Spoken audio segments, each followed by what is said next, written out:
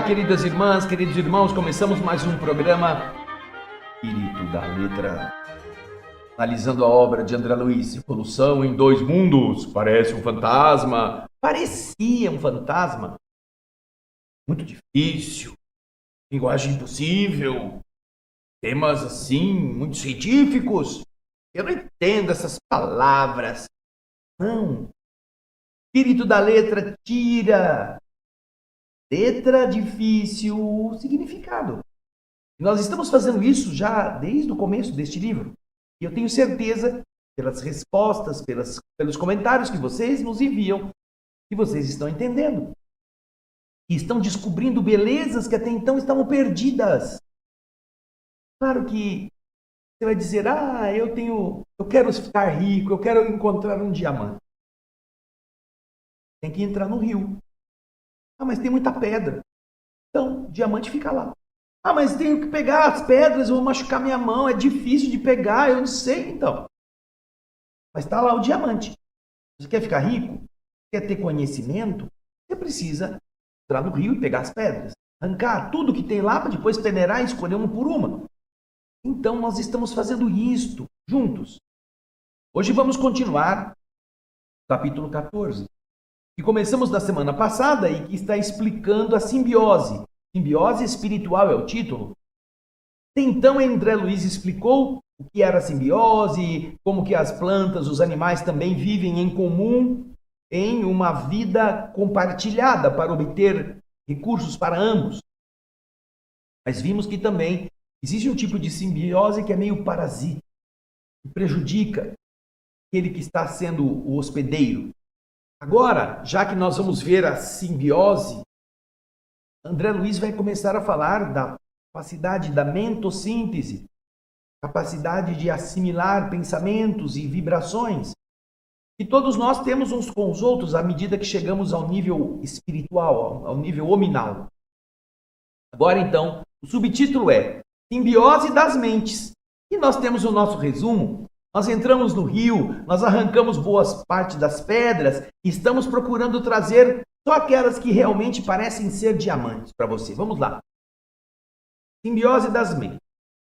Através do mesmo princípio simbiótico, que é a associação de vidas para o benefício comum, a mente desencarnada, primitiva, aquele homem que vinha morrido lá no seu clã, na sua caverna, o homem primitivo que já é espírito, e que agora está do outro lado da vida, ainda tateante na existência espiritual, amedrontada essa mente diante do desconhecido, essa mente se vale da receptividade daqueles que ficaram na Terra e que lhe sentem a ausência, lhe sentem a perda, imantando-se, unindo-se àqueles que mais amam. Nós falamos no programa anterior que é uma coisa semelhante, você vê o zoológico, né? Tem lá os ambientes para cada tipo de animal. Enquanto nós estamos lá, nós não sabemos que é um zoológico. Estamos vivendo com os macacos, estamos vivendo com os tigres, os leões, tartarugas. De repente alguém vai lá e tira um macaco e põe do lado de cá da vitrine, do lado de cá do vidro. Ele está fora do ambiente dele. E então o que acontece? Ele está vendo macacos, mas os macacos não estão mais vendo ele. Ele não quer se interessar pela vitrine dos gansos, pela vitrine das tartarugas, pela vitrine dos leões. Não, ele quer ficar lá, onde estão os macacos, os amigos dele. É isso que André Luiz está explicando. O ser humano, nessa época, perde o corpo físico e fica do lado de lá sem saber direito o que acontece. Então ele vai se aproximar daqueles que estão sentindo a sua falta, que sentem a vibração dele. Ele vai estar ali se sentindo em família de novo. Só que agora ele não é visto. Vamos continuar na leitura. Assim, o desencarnado lança emanações de seu perispírito, sua vibração, seu corpo vibratório, como se fossem filamentos que se conectam, vejam só, que se conectam ao corpo físico e ao perispírito dos encarnados, que são simpáticos, sugando-lhes a vitalidade orgânica e sustentando-se, e às vezes por longo tempo, nessa troca viva de força. E aí, se a simbiose é um negócio para ajudar os dois lados, você pode perguntar, mas se o espírito suga o encarnado, está ali se aproveitando daquela vibração, o que ele vai dar para o encarnado? Qual é a vantagem? Ah, boa pergunta!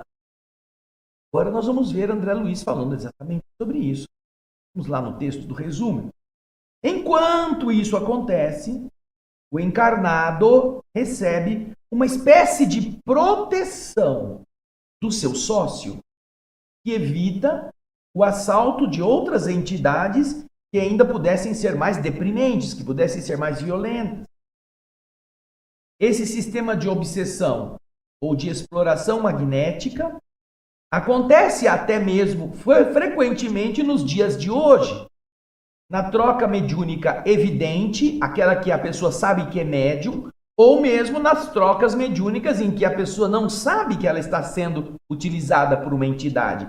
O processo mediúnico não ostensivo, por meio do qual espíritos se assenhoram da mente de encarnados, inicialmente de maneira sutil, podendo causar sérios danos ao vivo que os acessa. Basicamente, esse é o resumo deste primeiro subtítulo, Simbiose das Mentes. Vamos agora ao texto. Vamos acompanhar a leitura do que está no livro.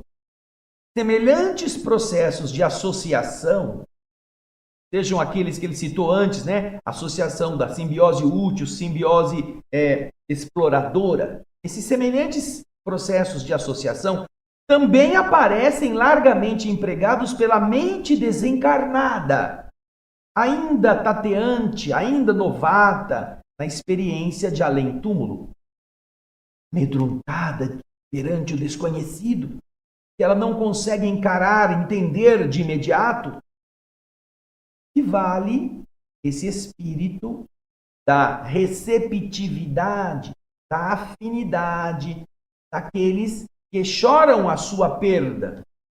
E então permanece por longo tempo colado àqueles que ele mais ama.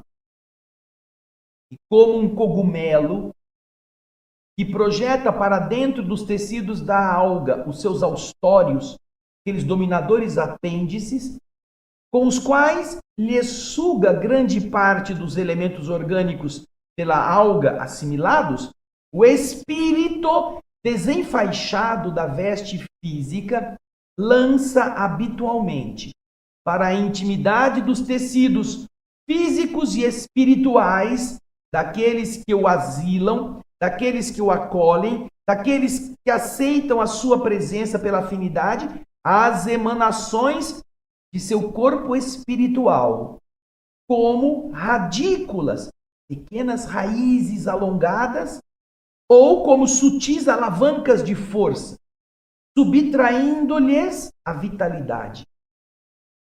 Elaborada por eles nos processos da biossíntese, os encarnados elaboram vitalidade usando o quê? A alimentação, as vibrações, a respiração. E o desencarnado faz o quê? Bota lá os seus tentáculos, seja no corpo físico, seja no perispírito do encarnado, e suga essa vitalidade que os encarnados produzem através da biossíntese, sustentando-se, diz o texto, por vezes longo tempo nessa permuta viva de força.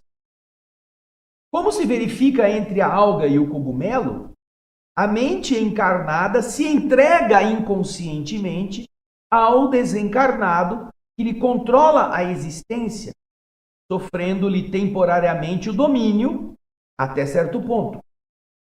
Mas, em troca, em face da sensibilidade excessiva de que se reveste, passa a viver, enquanto perdure semelhante influência, necessariamente protegida contra o assalto de forças ocultas ainda mais deprimentes. Então, o espírito é como se fosse um guarda-costas. protegendo o encarnado e dizendo, não, aqui já tem dono, eu já estou com ele aqui, é meu protegido, é o meu peixe, eu vou ficar tomando conta, vocês vão procurar outros. Então há uma acoplagem. É o que ele está falando.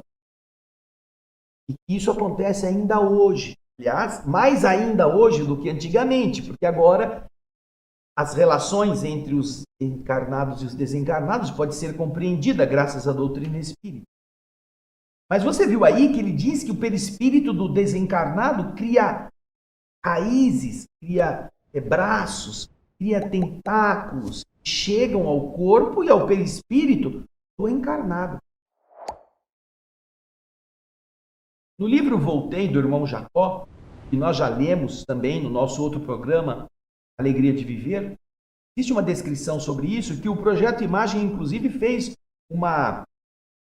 um desenho com base no que o Jacó descreve, em que ele está no Rio de Janeiro, vem visitar a cidade, em um dia à noite, e ele encontra-se na avenida, e ele vê um homem que está envolvido por duas entidades que estão envolvendo o homem com tentáculos, como se fosse um polvo. É um indivíduo que usa drogas. Ele está fumando ou está ingerindo, e as entidades estão sugando esses princípios químicos que o corpo na biossíntese vai assimilar, vai processar, vai metabolizar, e o espírito vai sugar. E ainda assim o desenho não é o mais perfeito em relação à realidade que acontece. O irmão Jacó fica assustado quando ele vê aquele homem sendo assediado por entidades com essa finalidade. As imagens são bastante interessantes, que elas descrevem o fato que André Luiz também está dizendo aqui. Vamos voltar ao texto. Diz André Luiz, por esse motivo, ainda agora, em plena atualidade, nos dias de agora, encontramos os problemas da mediunidade evidente ou da mediunidade não evidente, aquela não conhecida, destacando a cada passo inteligências nobres intimamente aprisionadas a cultos estranhos em matéria de fé, as quais padecem a intromissão de ideias de terror, diante da perspectiva de se afastarem das entidades familiares que lhe dominam a mente através de palavras ou símbolos mágicos, com vistas a falaciosas, enganosas vantagens materiais. Então, o indivíduo vai procurar, eu quero ficar rico. Aí nós vamos ver o quê? Aqueles tipos de acordos. O indivíduo vendeu a sua alma para o demônio, foi em uma cerimônia, lá fez uma promessa, assinou um papel com o seu próprio sangue, tem todos esses símbolos mágicos, aquela coisa de, agora você é meu, eu vou te dar o que você está pedindo, mas você vai me dar a sua alma quando eu vier buscar. Então, aí a pessoa depois de um certo tempo fica boa, fica famosa, fica rica, depois, eu não quero não, estou arrependida, mas se eu não fizer isso, eu vou morrer porque ele vai me pegar. Então ela fica desesperada. Existem instituições ditas religiosas do lado negro, chamado assim, magia negra, coisas assim, que fazem com que os que vão procurá-las no primeiro momento, talvez por dificuldades ou necessidades, depois se sintam presas a isso. Fiquem assim, dependentes, e tenham medo de se libertarem. É isso que acontece com essa ação de entidades, utilizando-se a mente e a ignorância para fazer as pessoas ficarem dependentes. Essas inteligências, que parecem ser pessoas lúcidas, pessoas bem formadas, elas fogem deliberadamente, pela própria vontade, elas não querem estudar. Porque o estudo as libertaria desse cativeiro interior. Quando, por outro lado, não apenas não estudando, elas se mostram apáticas, elas não fazem mais nada, em perigosos processos de fanatismo. Inofensivas e humildes, mas distantes, afastadas do progresso que lhes garantiria a renovação. Então a pessoa entra na fase do medo, não, eu estou agora, já está tudo perdido, estou em desespero. Por quê? porque ela não aprendeu e porque ela não quer ir buscar. Ela quer que alguém resolva o problema. Quantas vezes nós recebemos nas casas espíritas pessoas que chegam assim meio trêmulas, meio angustiadas, dizendo: ai, eu fiquei sabendo que fizeram um trabalho para mim e está tudo dando errado na minha vida. Aí eu vim aqui porque acho que vocês são capazes de desfazer o trabalho. Não é assim que funciona. Tem que entender por que que o macumbado tem que saber que ele foi macumbado, senão a macumba não pega. Porque na mente dele, no medo, usado pelas entidades e pelas pessoas para fazer a pessoa ficar vulnerável, vai acontecer a mágica, entre aspas, da dependência. Ele estava andando, pisou num tapete que não estava bem fixo no chão, escorregou e caiu. Ah, puxa vida, eu tenho que prender esse tapete aqui melhor, botar um calço embaixo, para o tapete não escorregar. Normal. Aí alguém fala para ele assim: olha, cuidado que eu fiquei sabendo que puseram o seu nome na boca do sapo. Aí ele está andando no mesmo lugar, ele escorrega no tapete e cai. Ai, alguém passou o pé em mim, eu fui empurrado, já estão querendo me acabar, é a boca do sapo. É a mesma coisa, é isso que acontece, que André Luiz está dizendo. Pessoas que, se pudessem ler alguma coisa e entender o funcionamento desse mecanismo, estariam protegendo a si mesmo, mas que não. Ai, agora? Aí eu fui lá no terreiro de não sei o quê, eu fui lá em tal lugar, eu fui lá na encruzilhada para levar isso e aquilo, e agora eu estou preso. Nós recebemos, quando fomos fazer tratamentos espirituais na Grécia, há anos atrás, várias pessoas compareceram à cirurgia espiritual, estavam vestidas de branco, vieram de países da Europa, Alemanha, Itália, vinham vestidas de branco. E você já vê que vestir de branco já é um simbolismo estranho, desnecessário. Mas elas vinham e depois queriam falar conosco porque estavam com medo. Elas tinham vindo aqui no Brasil, num médium que acabou preso há não muito tempo, e tinha grandes fluências de gente internacional que fazia milagres, etc, etc, e que, obviamente, agora tinham dito a eles que eles não podiam deixar de vir, que tinham que vir cada 6 meses, e não sei o quê, e agora eles não estavam mais querendo ir, mas estavam aterrorizados, porque, ai, agora eu não vou mais, ele vai ficar bravo. O que eu devo fazer? Como é que eu me livro disso? Coisas. Ignorância é a porta da obsessão. Agora nós vamos para o outro subtítulo.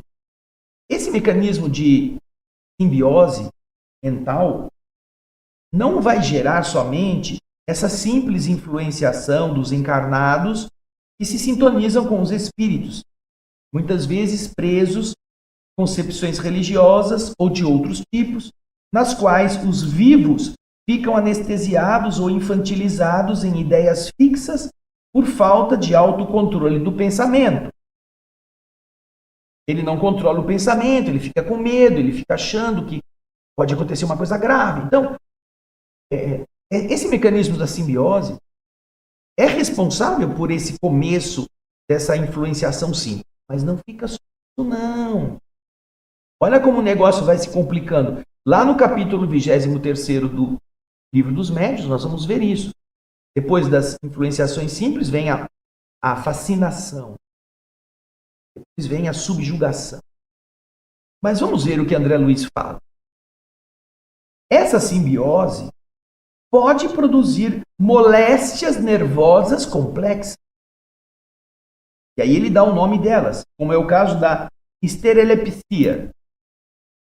Muitas vezes se assemelha ao transe mediúnico real, transe que os médios possuem, é uma epilepsia histérica, histerepilepsia, onde o espírito se aproveita das emanações mais intensas para acentuar sua influenciação sobre o encarnado.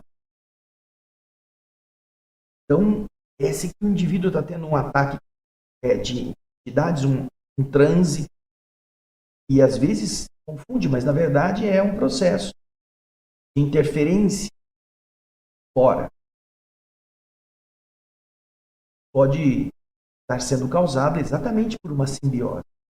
Nós vamos encontrar semelhante descrição do livro Nos Domínios da Medicina.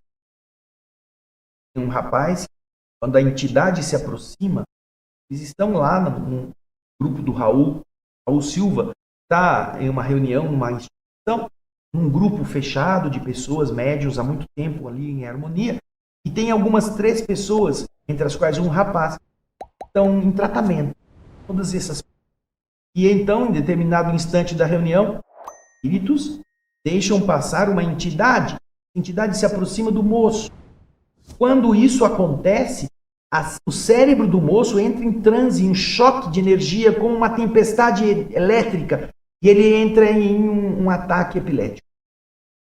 Ele cai, ele começa a babar, e ele é levado para uma sala. Mas isto foi produzido pela aproximação da entidade. E André Luiz explica que é um tipo de processo mediúnico degenerado, doentio. Vejam só, a simbiose produzindo essas coisas. Mas vamos lá no resumo ainda, seguir com ele. Ali você vai ver que também elas geram estados de psiconeuroses de difícil detecção. Você tem dificuldade até de classificar as psiconeuroses, produzindo obscuros quadros mentais. Pessoas que pensam que estão sendo perseguidas, pessoas que sentem mal em determinados ambientes, pessoas que têm comportamentos estranhos. Estas entidades vivem por longo tempo entrosadas psicamente àqueles que as aceitam, pois se abastecem de seus recursos magnéticos, uma vez que estão em sintonia com os sentimentos do encarnado, com seus pensamentos, seus hábitos. Então, o encarnado tem aquela tendência, entidades que gostam da mesma coisa se sintonizam com eles para poder sugá-los. Muitas vezes fazem isso até mesmo com a melhor das intenções, subjugando o seu campo mental e impondo ao centro coronário, ao chakra coronário, a substância dos próprios pensamentos que a vítima passa a acolher como se fossem pensamentos dela mesma. Dela mesma. Vou citar aqui um exemplo muito interessante que, se Deus permitir que a gente chegue até o livro Sexo e Destino, vamos encontrar lá o Cláudio, encarnado, chega no fim do dia, na sua casa depois do trabalho, toma o seu banho, põe o seu hobby, vai pegar o jornal. Ele tem este hábito, ele gosta de tomar uns traguinhos de vez em quando. Só que ele mora na casa e moram com ele 2 espíritos obsessores, que gostam do ambiente. Estão ali por afinidades. Quando o Cláudio se senta para ler o jornal, a primeira entidade vem até ele, envolve-o vibratoriamente e cochicha no ouvido, fazendo uma cosquinha na garganta. Tenho sede, quero beber. Ele não escuta pela orelha, mas internamente ele sente a imagem da bebida, a vontade de beber. Então ele deixa o jornal, vai até o bar, enche o copo com uísque e vai tomar. Quando ele vai fazer esse gesto de tomar, a entidade se acopla nele como se fosse 2 em 1, uma simbiose. E aquilo que ele bebe, a entidade bebe, inclusive dá aquela estalada de língua. Sabe que negócio? O cara que bebe faz. E aí ele assimila toda aquela emoção, aquela sensação que o álcool produz e se afasta do Cláudio. Aí o Cláudio se senta, ele acha que é ele. Eu vou ler meu jornal, um drinkzinho é sempre gostoso. Ele gosta daquilo. Aí vem o outro. O outro não tomou. O segundo ficou vendo. Aí o segundo se aproxima e fala, eu também quero. Faz a mesma coisa. Intervém na mente do indivíduo que é simpático a essa influência, aperta a garganta dele como que a secar a garganta e diz, eu também quero a minha dose. Aí o Cláudio, de repente, pensando que é ele que quer, de repente, acho que eu vou tomar mais uma. Levanta e faz a mesma ação, enche o copo, faz a mesma coisa, o outro também se acopla nele. Ele não costumava tomar 2 doses. Mas ele quis naquele dia. Porque tinha 2 sócios sugando bebida. Isso que André Luiz está falando. Às vezes, Isso acontece não necessariamente porque odeiam o encarnado, às vezes até gostam dele, mas tem tanta afinidade que exploram o encarnado. Quantas vezes as esposas ou os maridos que morrem por se acharem donos, por se acharem muito ligados às pessoas que ficaram na terra, ficam de guarda naquele lugar, não vou deixar ninguém entrar, começam a fazer desatinos vibratórios no ambiente, como se eles fossem proprietários ainda. Os seres que moram ali, mais sensíveis, mais delicados, começam a ter problemas de sonhos ruins, de vibrações, de nervoso, tudo por causa dessa presença. Então vejam só, não estamos falando que só acontece isso em casos de raiva, de ódio, etc. Mesmo quando os espíritos produzem aproximações por meio da afinidade, que querem ficar lá porque amam, eles produzem mal. Vamos voltar no nosso resumo, vamos lá. Permanecerão ligados a este até que as leis da vida, pela dificuldade ou pela dor, possam alterar-lhes as disposições. Então, eles vão precisar entender que não é o lugar deles ali. Até que isso aconteça, eles vão ficar lá. Pode ser pela dor, pode ser pelo conhecimento, pode ser pelo estudo do encarnado, pode ser por alguma coisa que aconteça, que um espírito amigo venha orientar. Até que isso aconteça, eles vão querer ficar ali, porque eles se sentem bem. Agora nós vamos ao texto. Texto de André Luiz sobre histeria e psiconeurose. Vamos lá. Entretanto, a simbiose dessa espécie, que ele estava citando, em que tantas existências respiram em reciprocidade de furto psíquico, não se limitam aos fenômenos deste teor, influenciação simples, nos quais os espíritos desencarnados, estagnados em determinadas concepções religiosas, anestesiam, infantilizam temporariamente as consciências menos aptas ao autocontrole. Porquanto se expressam igualmente, essas mesmas influências não são apenas dessa forma, elas também podem ser vistas igualmente nas moléstias nervosas complexas, como a histerepilepsia, em que o paciente sofre um espasmo tônico em opistótono, uma contratura generalizada que encurva as costas, acompanhado de convulsões clônicas, conjunto de contrações e relaxamentos musculares rápidos e involuntários, é quase um ataque epilético parecido. Às vezes, sem qualquer perda de consciência, equivalendo a um transe mediúnico autêntico.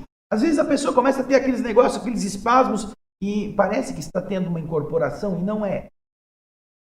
Mas, nessa circunstância, a personalidade invisível se aproveita desses estados emotivos mais intensos para acentuar a sua própria influenciação, para tomar conta. No caso do mal, se for um vingador. No caso de alguém que esteja amando, para dominar aquela pessoa que ele pensa que é dele.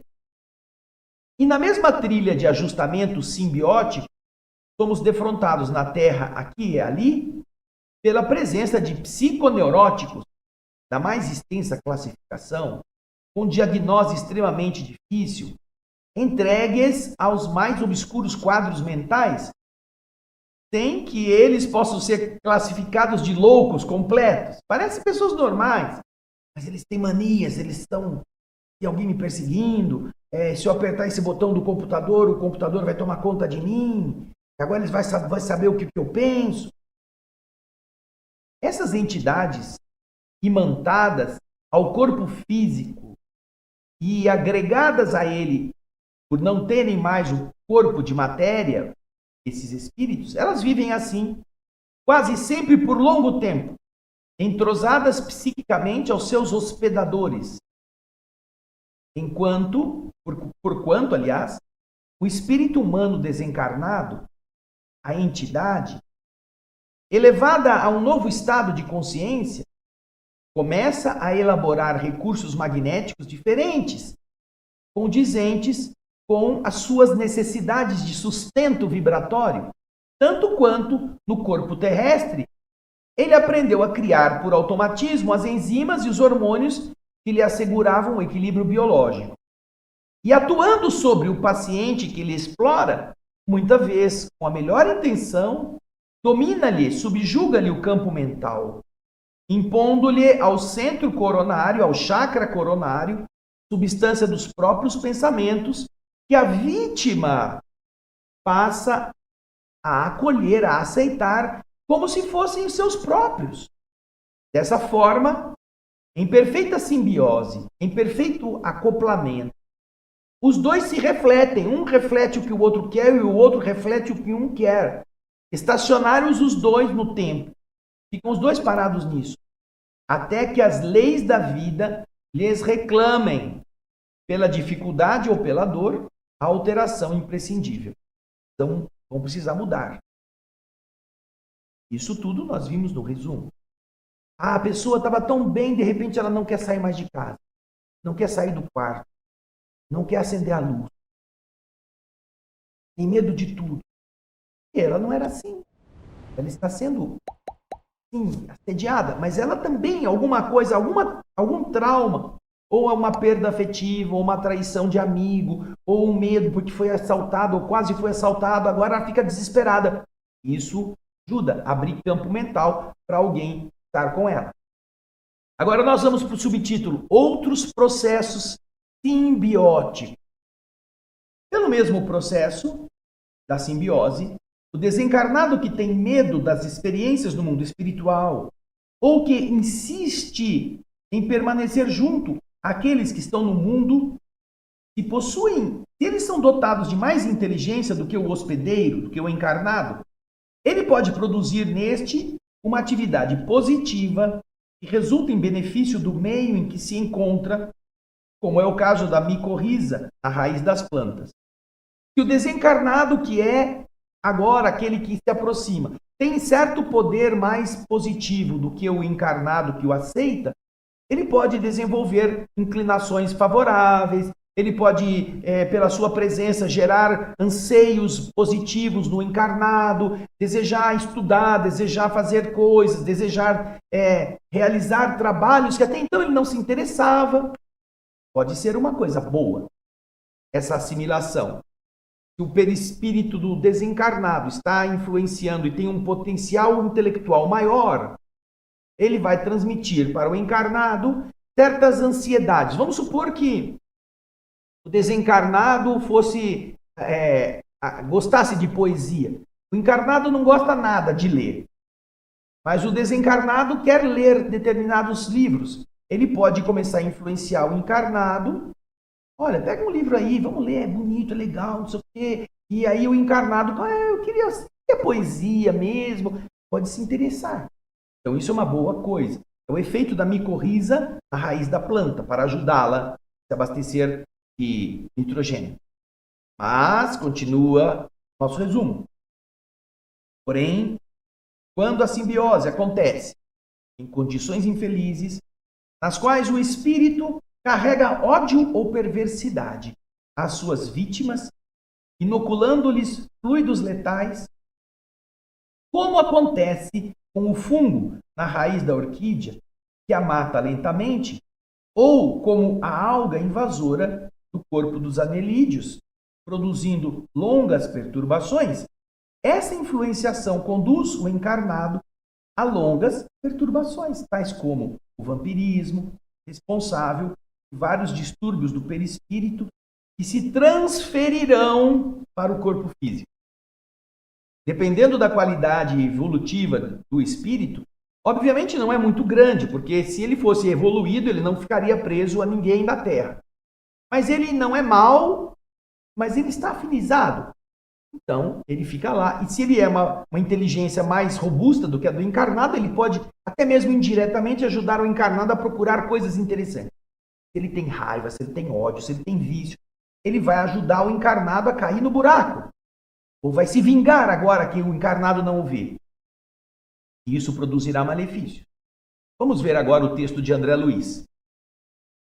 Outros processos simbióticos. E outras vezes, o desencarnado que teme, que tem medo das experiências do mundo espiritual, ou que insiste em prender-se por egoísmo aqueles que permanecem na retaguarda na Terra, possui inteligência mais vasta do que a do hospedeiro, inspira ao hospedeiro uma atividade progressiva que resulta em benefício do meio a qual se vincula, tal como acontece com a bactéria nitrificadora da raiz das leguminosas. Em outras circunstâncias, porém, efetua-se a simbiose em condições infelizes, nas quais o desencarnado permanece contaminado de ódio ou perversidade enfermiça ao pé das próprias vítimas, inoculando-lhes fluidos letais, seja copiando a ação do cogumelo que se faz o verdugo da orquídea, impulsionando-a a situações anormais, quando não lhe impõe lentamente a morte, seja reproduzindo a atitude das algas invasoras no corpo de anelídeos, conduzindo-os a longas perturbações. Fenômenos estes, no entanto, que nós vamos explicar com apontamentos rápidos em torno do vampirismo, como responsável por vários distúrbios do corpo espiritual a se estamparem no corpo físico. Existem muitas alergias, muitas coceiras, muitas dores físicas que estão enraizadas no perispírito pelos processos obsessivos, processos de influenciação. É o caso do livro Libertação, de André Luiz, que nós já lemos aqui, com as entidades perturbadoras que estavam ali imantadas ao perispírito e ao corpo da Margarida. Vai lá ver, você vai ver que interessante. E agora nós vamos para o resumo do último subtítulo, que é ancianidade da simbiose espiritual. Ancianidade é a capacidade de estar isso acontecendo há muito tempo, a antiguidade. Desde quando que essa antiguidade, essa simbiose acontece? É de agora? É do tempo moderno? A gente vai ver, André Luiz vai explicar. Por todo o exposto, diz aí o nosso resumo, André Luiz registra que a influenciação espiritual e essa interdependência entre os dois lados da vida acontece desde os mais remotos tempos, quando o espírito passou a ter o pensamento contínuo e precisou adaptar-se a esse processo lúcido de encarnar, desencarnar e reencarnar, por meio de cujas experiências tanto os encarnados vão aprender a não ceder sua capacidade mental ao domínio exterior, quanto os próprios desencarnados aprenderão a elevar-se no rumo das esferas mais elevadas, superiores. Até mesmo com a ajuda dos encarnados. Vamos supor que tenha um espírito que obsedia o encarnado, mas o encarnado agora começa a estudar, começa a ler, começa a entender quais são as leis do universo. O desencarnado está com ele, está ouvindo o pensamento, está vendo o que ele está lendo e está compreendendo também. Então pode ser que o espírito aprenda com aquilo que o encarnado está lendo. Porque certamente, tudo que a gente procura, tudo que a gente assiste, vai ter companhia vendo conosco. Você gosta de futebol? Vai ter gente que gosta de futebol, daquelas reações violentas que você tem quando o teu time está perdendo. E assim em todas as áreas. Agora nós vamos ao texto, terminando o capítulo de hoje. Ancianidade da simbiose espiritual. É justo, assim, registrar que essa simbiose espiritual permanece entre os homens, desde as eras mais remotas, em variados, multifários processos de mediunismo consciente ou inconsciente, através dos quais os chamados mortos, traumatizados ou ignorantes, fracos ou indecisos, se aglutinam, se acercam em grande parte ao habitat dos chamados vivos, partilhando-lhes a existência e absorvendo-lhes parcialmente a vitalidade. Eles se abastecem reciprocamente, até que os próprios encarnados, com a força do seu próprio trabalho, no estudo edificante, nas virtudes vividas, possam oferecer a esses espíritos o material para mais amplas meditações, pelas quais se habilitem à necessária transformação com que se adaptem a novos caminhos e aceitem encargos novos diante da evolução deles mesmos, no rumo de esferas mais elevadas. Então, desta convivência, dessa simbiose, o encarnado poderá ajudar o espírito. O espírito vai aprender.